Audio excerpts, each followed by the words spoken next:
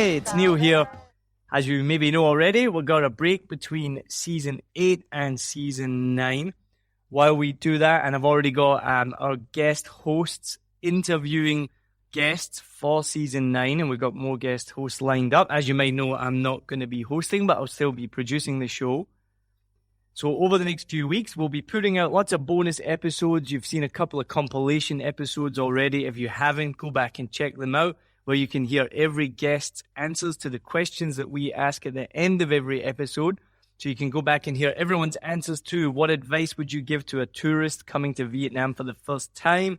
What advice would you give to someone thinking of moving to Vietnam to live? And we got 3 more of those coming out soon. Now, in this episode, we're going to do an extra special PodSwap from my other podcast called Did That Really Happen? If you haven't checked it out already, make sure you follow and subscribe on Spotify and Apple Podcasts. One of my favorite things since long before I started doing comedy was asking comedians after the show, once I'd heard their jokes, did that really happen? And 9 times out of 10, the answer is yes. But a comedian has used their skills to change that around. So that podcast is me interviewing comedians from around the world, playing one of their jokes and asking, did that really happen? So check it out. We're up to 17 episodes now, 17 different comedians answering that question. And then I've just published a special episode with Paul Villanova, who just played here in Saigon for one night only. He was down visiting from Hanoi. He's Australian. He's sold out shows in Hanoi, performed all over Vietnam, also in Dalat and Saigon. And he was also lucky enough to be part of Comedy Oi, Vietnam's first comedy festival. Paul tells stories of his own failures, which he says there are many. What's it like to change your life completely in your 30s and what mild success in Vietnam is like. It was a sold-out show at Eddie's Diner. I was lucky enough to host it, watch it. It was absolutely hilarious. And thankfully, we are able to share it with you in this special episode. So this is a PodSwap from Did That Really Happen? Of Paul Villanova live at Eddie's in Saigon. Enjoy. Now, guys, we are up to that point. Are you ready for Paul Villanova? He, as I said, he's come all the way from Hanoi, then went to Cambodia, then came back. He made it here on time. Make some noise for the one, the only, Paul Villanova! More noise than that, keep it going, keep it going! Thank you, Neil. What's up, yo?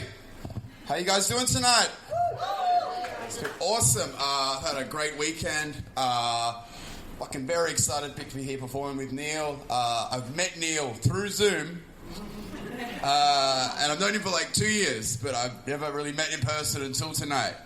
Yeah, it's just as disappointing as I expected. He did message me earlier, and he said that someone sent him a message saying that there's going to be 2 Australians on the bill tonight. And so that we're going to play a drinking game for every time someone said crikey or cunt. Is that you, buddy? Yeah.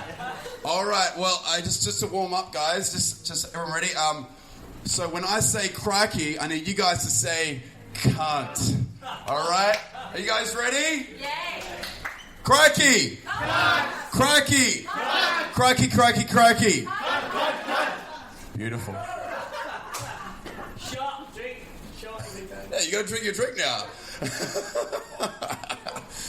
People read shit online. It affects people, apparently. Especially on Zoom calls. As you can probably tell by hearing me talk, I'm from Hanoi. Actually, I want to confess, I stole that joke off Wayne, who did a show with me in Hanoi, right? But, like I said, I'm from the north. And we take things from the south. I did that joke in Dalat, mad laughs. In Hanoi, nothing. Saigon, I thought you guys, I don't know. It's very weird. Very excited to be here. Just got back from Cambodia. And first time being international in 2 years, since like 2020.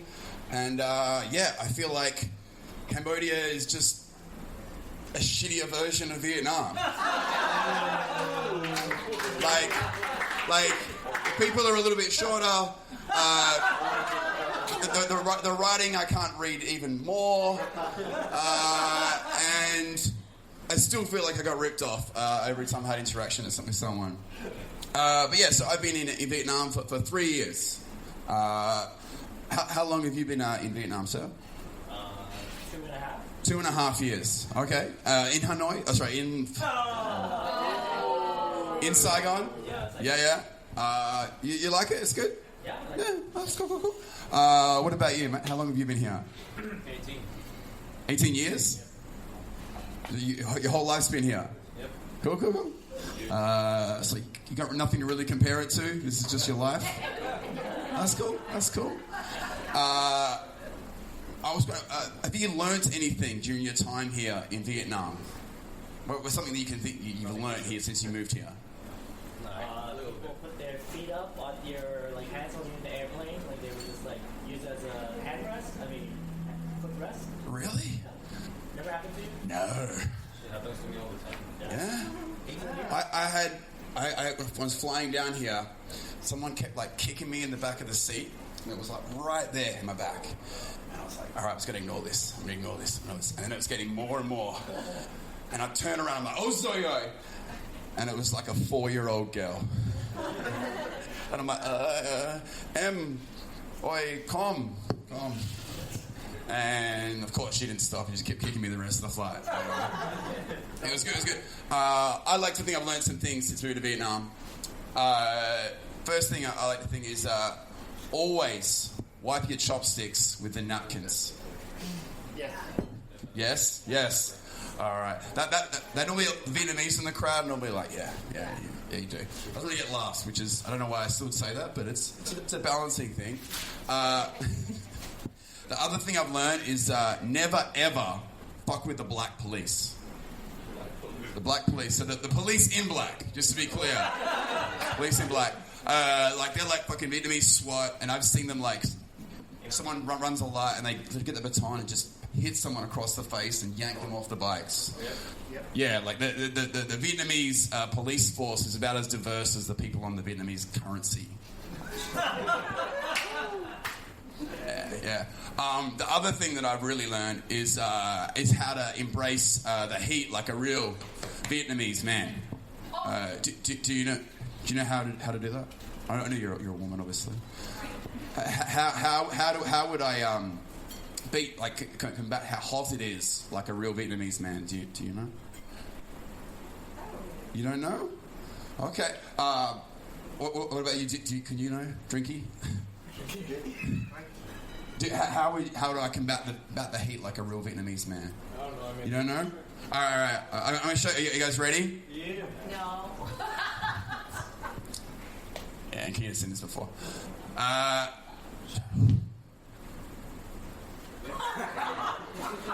Right? That's the Vietnamese man way. I was surprised how much heat comes out of your belly. It's really crazy. But I feel a lot cooler right now. I might just do the rest of the show like this. It's good. I remember a time, like I said, just been abroad, and I think I remember the last time that I was abroad overseas, it was a long time ago. I remember being on an island. I think I was in Cambodia, and I met a girl having some fun, and I'm like, oh, do you want to drive to the other side of the island?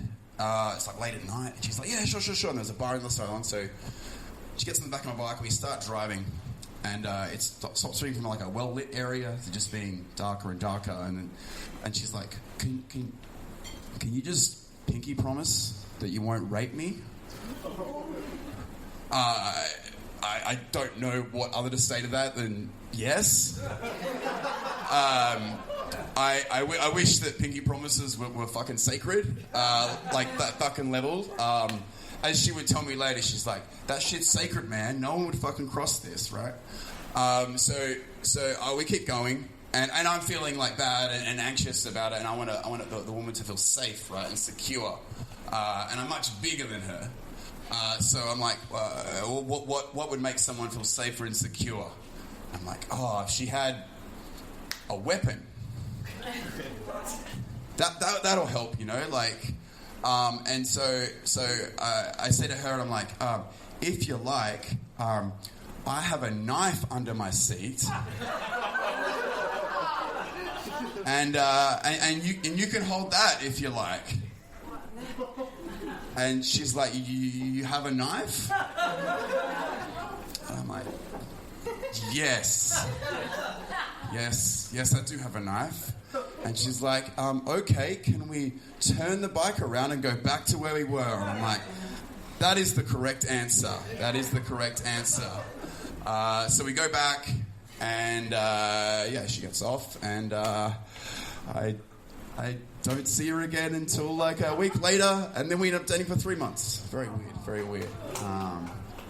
The other thing in hindsight, obviously in hindsight that's very fucking stupid for me to say. In hindsight, I also realized that I had some rope under the seat as well. So it's great. It's great. So I've got a Hanoi here, right? Yeah. Sea Games, man. Anyone know about the Sea Games, right? Yeah. Southeast Asian Games? Yeah. So they were just in Hanoi. Yeah. Sea Games in Hanoi. It's very inland. There you go. That's a fucking dad joke. Yeah. I went and watched some of the games. It was pretty fun. I watched you guys, the Pinoys, lose to Indonesia, and they won. First time ever in the basketball, mate. Tragic. Sorry, sidetracked. So I'm there, and I find out that one of my friends, he's dating a girl who's competing for Vietnam in the golf. And she's like a professional golfer, and I think since then she's flown on, and she's in Europe now, like playing on the professional tour. And like I find this out, and I've known him for like 2 years plus, and I'm pretty sure he's been in a relationship longer than that. And I'm like, how did you never tell me that your girlfriend is a professional golfer? Like, that's so cool. Like I'd be telling everyone if my girlfriend was a professional golfer. Like, I dated a girl who ran an ice cream store like 3 years ago for like 2 weeks. And I got like some free ice cream, and it was great, and yeah, it was cool, and like I said, I'm telling people 3 years later, like that I fucking dated a girl who ran an ice cream store. Like, fuck, like, that was fucking cool. My last girlfriend was a maths teacher. Yeah, no, that's the exact result I expected. So it's okay. She subtracted me from her life. All right, enough with the math jokes. Let's get these laughs multiplying. Hey, actually, no. She, so we broke up. It's fine. I cried, but that's more fucking jam. And actually, since then, I met and started seeing this other girl, and she's Ukrainian. She's gorgeous, and. I don't know if some of you guys are old enough to remember this, but going into this, I'm like, all right, it's fucking like Faulty Towers. It's like, don't mention the war. Don't mention the war. So, of course, we can talk about that, and I cry because it's fucking horrible. But I just was thinking about, like, that was awkward, but it could, like, then I found out one of my friends here, actually another comedian you guys would know, J.K. Hobson. Any of you guys know him? Yeah. Great comedian, Saigon guy, and his girlfriend is Russian, right? And I was just thinking how like it could be the most awkward double date ever. like we go out together, that would be like fun. It'd be like as awkward as that double date I went on with my mum, and both our dates cancelled on Valentine's Day. Yeah, it's not as good. Not as good. So yeah, speaking of my parents, growing up, I would always rebel against my parents, but I would do it in like a really lame way. So like in a high school and primary school, I had a really bad handwriting. And so after school every day, they would make me like practice my cursive writing and my normal writing in a book, and then I would make like a conscious effort to forget it all. So now the Vietnamese kids that I coach have a better handwriting than me. But, you know, like, I showed them, like, fuck you, mum and dad. Right. And then I got older and they bought me a car, right? And I had a car and I rode off the car. But not doing anything cool like jumping a canyon or anything. I just like didn't maintain the motor or anything and it overheated and died. But I was like, yeah, fuck you, mum and dad, I showed you. And then I wanted to come to Vietnam. And I'm like, can you buy me a ticket? And they did. They bought me a one-way ticket from Perth in Australia to Vietnam. And I'm like, fuck you. Like, no. Fuck you, Paul. Yeah. So, I think I just quickly mentioned, I'm not a teacher. I'm a basketball coach. So that's what I do in Vietnam. And my friends in Hanoi are like, you're the only person too stupid to be an English teacher. Which I like to say I proved them wrong because COVID came and then I lost my basketball job. And then, of course, what did I have to do? Teach English. Yeah. This may come as a shock to you guys, but I was a terrible English teacher. It's almost like just being a white guy from Australia with no degree doesn't prepare you to teach a language. It's crazy like that. And the only job I could get was like very far out of Hanoi, so I would drive like 45 minutes out of Hanoi to this like country public school. And I just want to say, I don't know if any guys have ever been out to or taught in a public school like that, but I'll give you plain pictures. So it's hot as hell. It's hot as hell there. The fans are going, but it doesn't matter when there's 46 kids in the class, farting, burping, all the rest. And the worst thing is that the Vietnamese kids, like they're used to this, right? So they'll sweat a little bit, but I run a hot body temperature, so I'll be up there, full business, just like walking into class at 8 a.m., just sweat patches under my arms, awesome stuff. And they're there, and the only help that I had at the back of the room would be the teacher's assistant, right? But she's never helping. She's never helping, right? She's always just like there on her phone, taking selfies, right?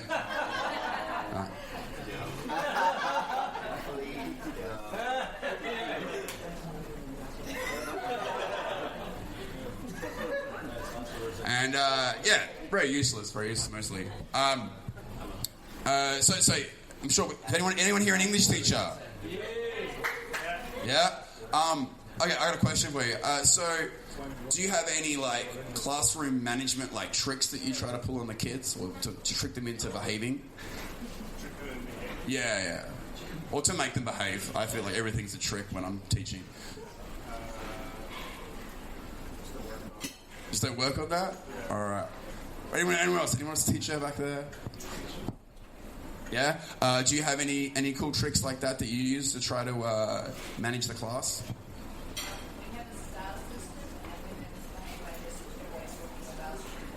Ooh, brutal. Take the stars away. Yeah, like you do that with the Vietnamese flag and it's just blood. The only trick that I could sort of figure out what to do was I would if I saw a kid like picking his nose or her nose, sorry, girls can pick their nose too. I would make eye contact and do this, right? And I'd try to keep teaching and talking at the same time, right? And normally it would work, right? And they'd see me and they'd be like, oh, and then they'd stop, right? Which was great. And I'd be like, yeah, I tricked someone. This is great. I mean, talk to someone. Until this one day, fucking Fong in the third row. I see him there, and I'm teaching the class, and Fong's there, and he's like real deep. He's like mining that sweet gold nectar, right? Like he's in there really deep. And see this, and I clock Fong. I'm like, oh yep, and you pronounce cat, like this. And Fong's still looking at me, and Fong without blinking. 2 fingers. Both nostrils. Both nostrils. And there are times in your life where you get challenged. We'll be right back. Join pilot and adventurer Fernando Pino as he takes you on journeys to discover exciting destinations across the UK and Europe. You'll fly with him to hidden gems and experience local culture, from bustling streets to serene hideaways and the best places to eat, sleep, and play. Travel Plans is more than a podcast. It's your ticket to exploring the world and its history with a friend. In this episode, we are flying to discover a beachside paradise perfect for the whole family. Discover golden sands, activities galore, and even free childcare so you get your own break too. Why am I still here?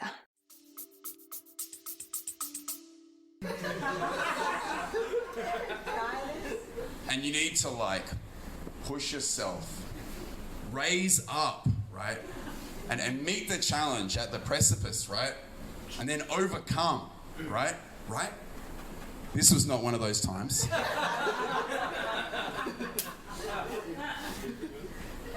But still, obviously, I'm there. Fong's there, both fingers. And so, yeah, both nostrils, both fake nostrils. And Fong just keeps staring at me like he's had a stroke. Not blinking, and I'm staring back at him. And then I realize about 15 seconds has gone by, and I haven't said anything to the class. And then I look up, and 46 kids have 2 fingers up their nose.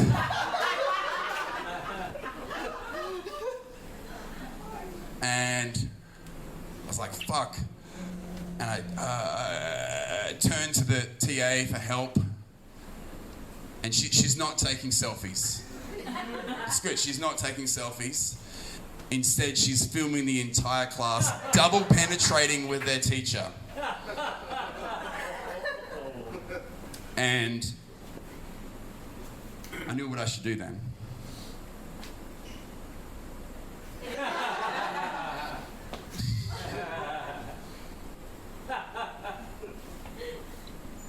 Hey, good stuff.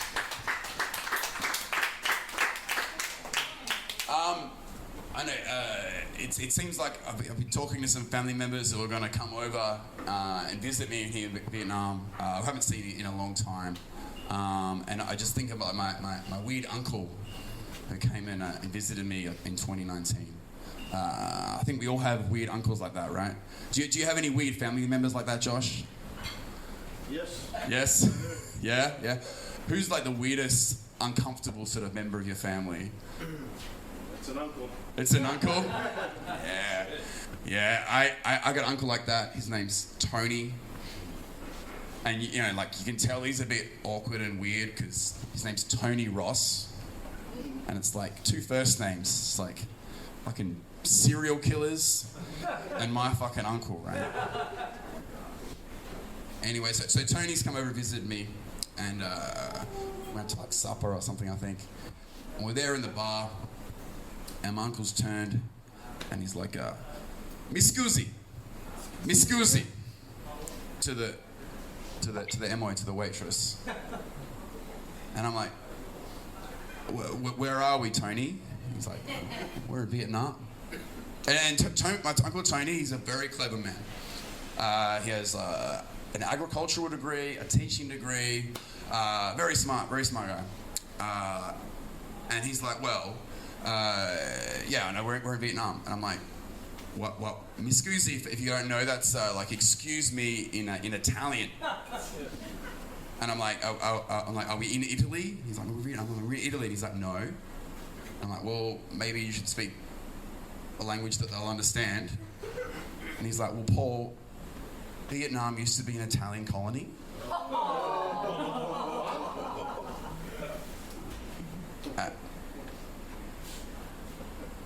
Sure, okay.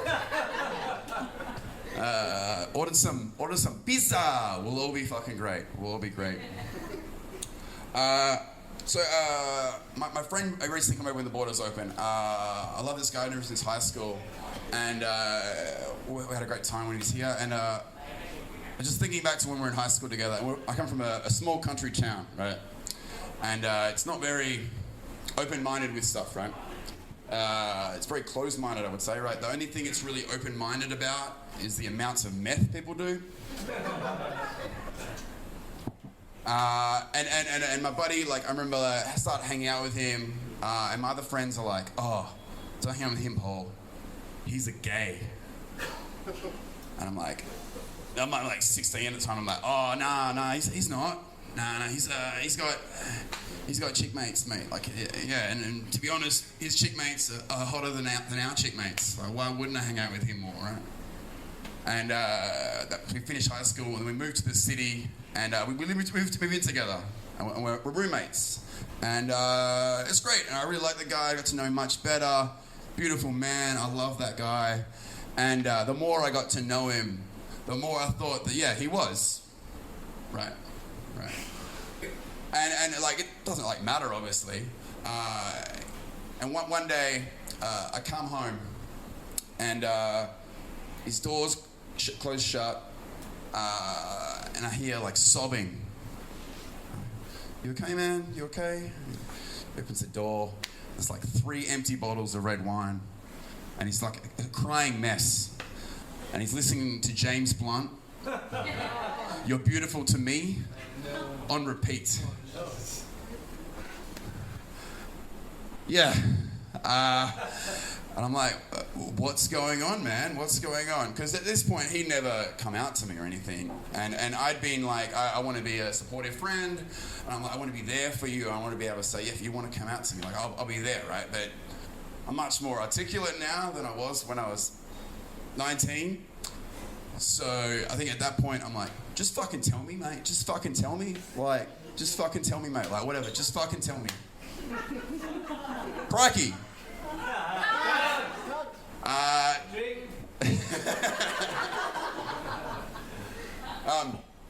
So I said that to him, and he's like, I'm like, tell me. He's like, fine, Paul, the reason that I'm sad like this is because I'm sad that Dumbledore died.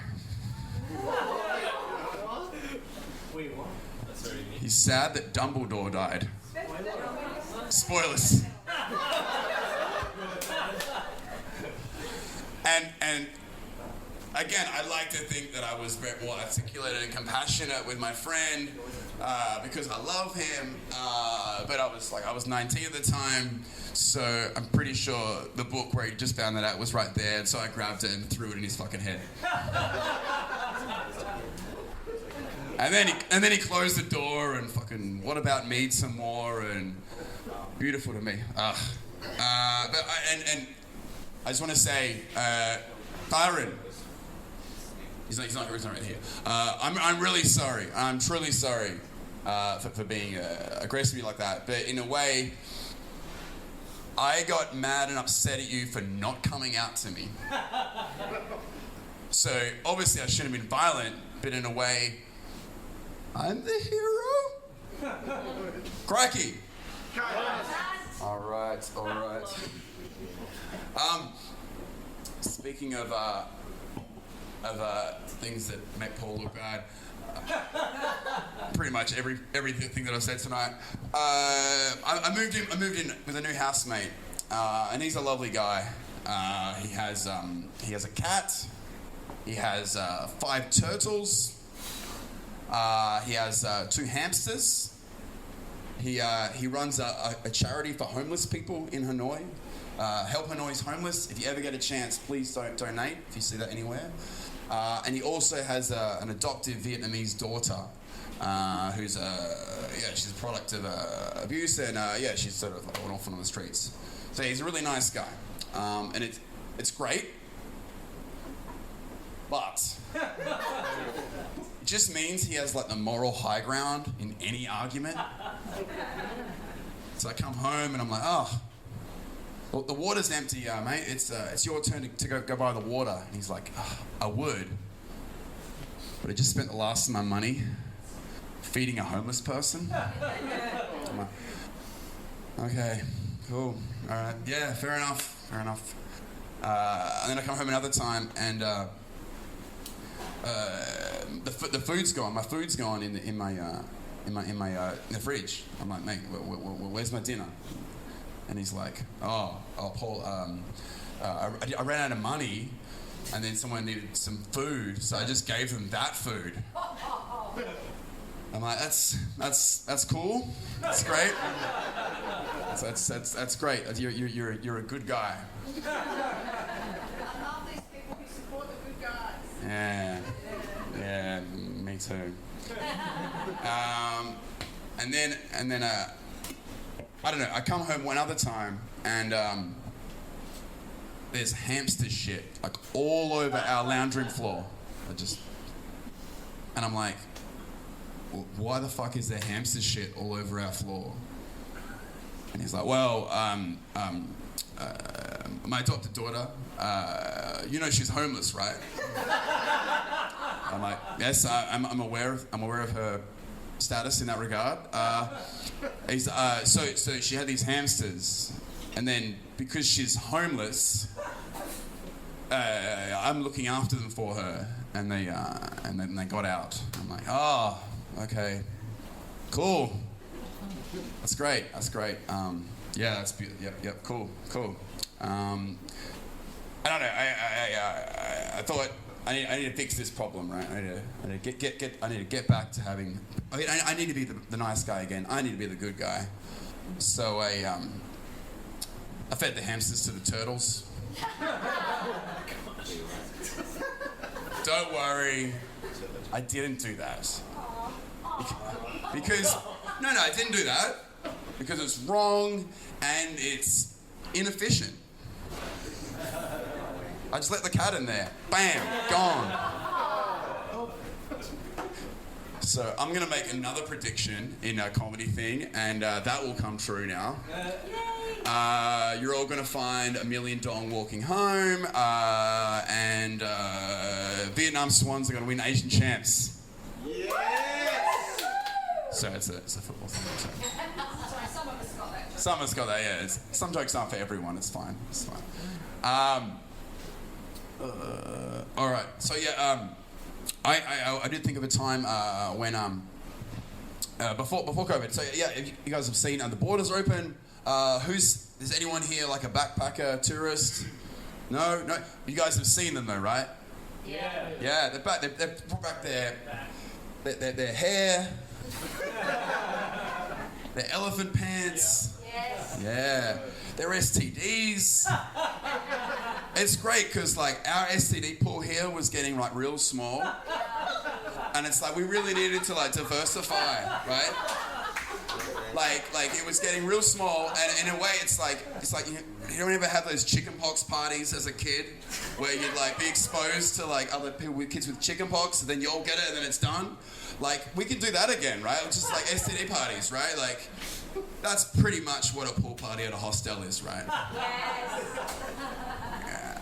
I think back to before. I remember being at a hostel, and there was some Norwegian girls there, and I'm like, hey, how you guys going? And they're like, oh, hey, and they're like, oh, you don't know anything about Norway. And I'm like, the Norwegian flag is a navy blue cross outlined in white, rotated 90 degrees to the left on a sea of red. And they're like, wow. And I'm like, yeah, thank you, FIFA.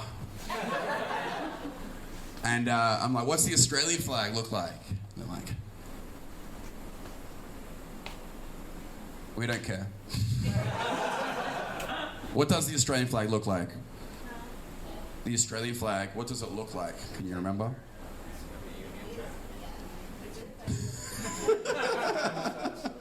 Sorry, I feel like I'm picking on you now. I'm sorry. All right, yeah, it has some stars and the fucking Union Jack for some reason, and it's navy blue. Yeah, not that exciting, right? And then they're like, oh, well, tell us something else about Norway. And I'm like thinking, fuck, can I think of any? I can't think of any Norwegian footballers. fuck. I fucked and I'm just like, mind spinning and spinning. I'm like, oh, you guys sided with the Nazis during World War II. Which is sort of true. That was more like they were an occupied force, but like 15,000 Norwegians like served in the Third Reich, like voluntarily.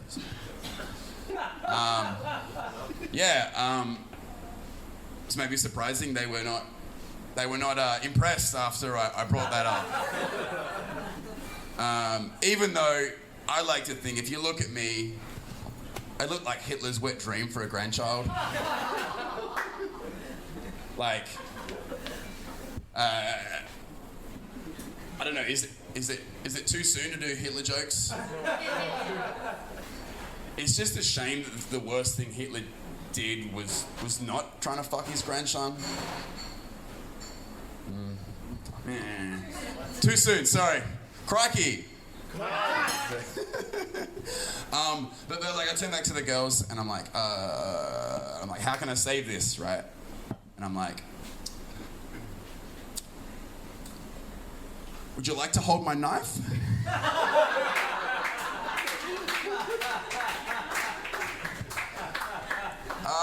All right.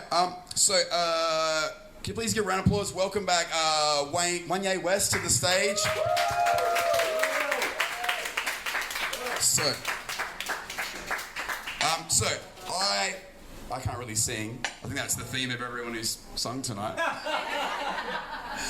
Checks out. Seems good.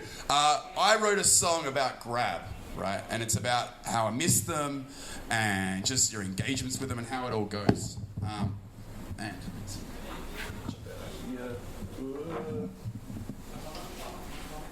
All right. Ooh. Quiz question. Anyone know what this is? Dildo. Metronome, no. Cowbell. Cowbell, no. Go-go bell. No. Does this? Vibrator. Vibrator. Man, you need to lube up your vibrator. It's actually a vibra slap. I know. It sounds dirtier than a vibrator somehow. Yeah. So it's like a jawbone rattle. That's the whole point, right? So I wrote this song. And this instrument was in it on the original, and I thought that's really cool. I want that instrument, right? And I talked to my friend who's really crafty about making it for me, and he's like, no. He's like, just go to Music Street. Obviously. And so I go to Music Street, and first place I walk in there, I'm like, I showed them a picture because I'm not going to say vibra slap in public. I showed a picture, and the guy's like, oh yeah. And it gets a bit tooey, and I go to hit it, and it's all dusty, and he wipes it, and then I tighten the screw on it, and then makes the noise. I'm like, awesome, cool. And then I'm like, all right, well, this is the first store I walked into on Music Street. I'm going to do my due diligence. I'm going to go to all the music stores to see if they have one. So I leave it there. It tells me how much. I leave it there, and I go to 15 other music stores. None of them have it. And then I go back and I buy it off a guy. It's like a $300K, right? And then I drive back home to where I live, and then I just listen to the song, and I'm like, I wonder how many times it's actually in the song. 3 times. So the slap to noise ratio was not great. I don't know. I listened to it properly. There's a few more. All right. So this is it. Wayne is going to help me out. Hopefully, this is cool work. All right. There will be a crowd participation bit. I will let you know when. So don't you worry. Are you ready? Yeah. Crikey. Yes. Beautiful.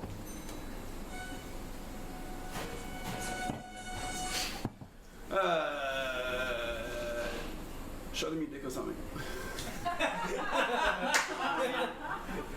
Yes, yeah. Oh, man. Oh, they have to disconnect. Yeah. sorry.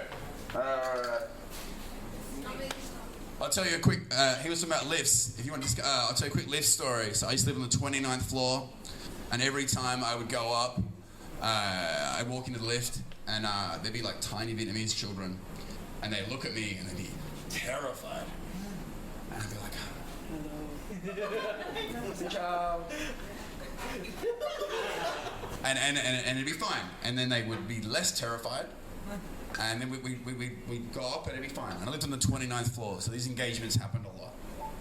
And then COVID happened. And then in lifts, you're wearing a mask, right?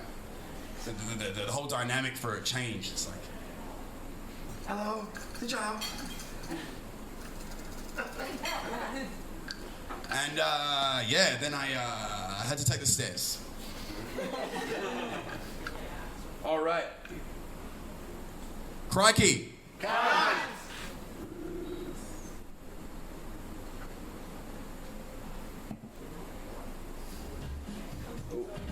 Sorry. Yeah.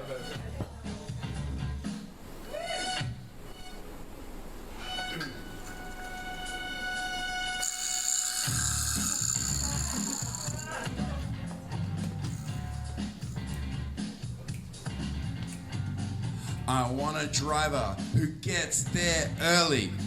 I want a driver who doesn't arrive late. I want a driver with small flip-flops and glassy eyes from cigarettes. I want my food with the right allocations. I want it fast, tasty, and freshly packed. He's talking on his phone. He's smoking a cigarette.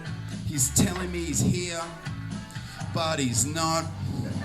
I want a warrior in small slides and a green jacket. I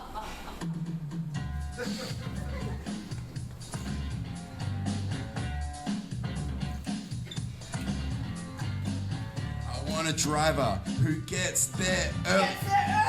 I want a driver who doesn't arrive late. Don't be late, cut! I want a driver with a shiny green helmet.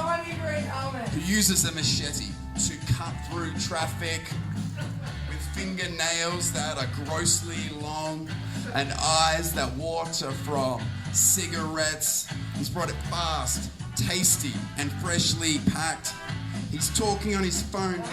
He's telling me he's here, but he's not. I want a warrior in socks and slides and a green jacket. Hello, Lazada. Hello, Lazada. Lazada, Lazada. Hello, Lazada.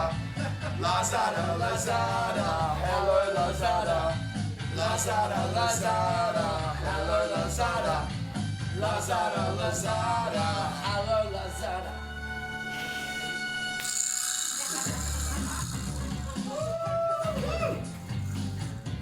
I've got 3, but there's more coming.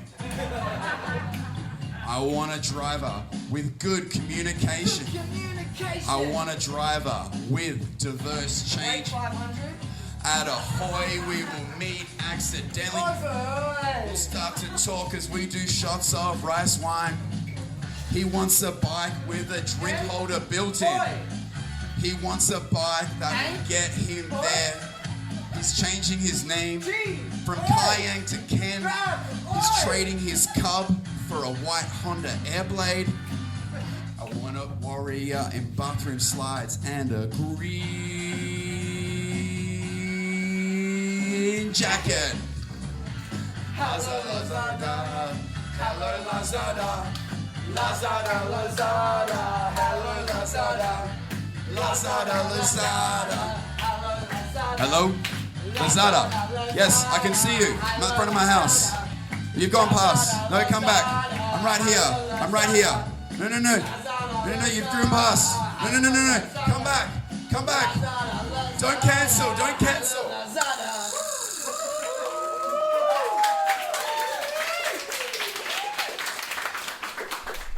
All right. Thank you guys so much. You have been awesome. Welcome back our awesome host, Neil. Guys, keep it going. Paul Villanova! Let's bring back to the stage Ankita Ghosh, Wanye West, and Paul Villanova, and myself, Neil Mackay.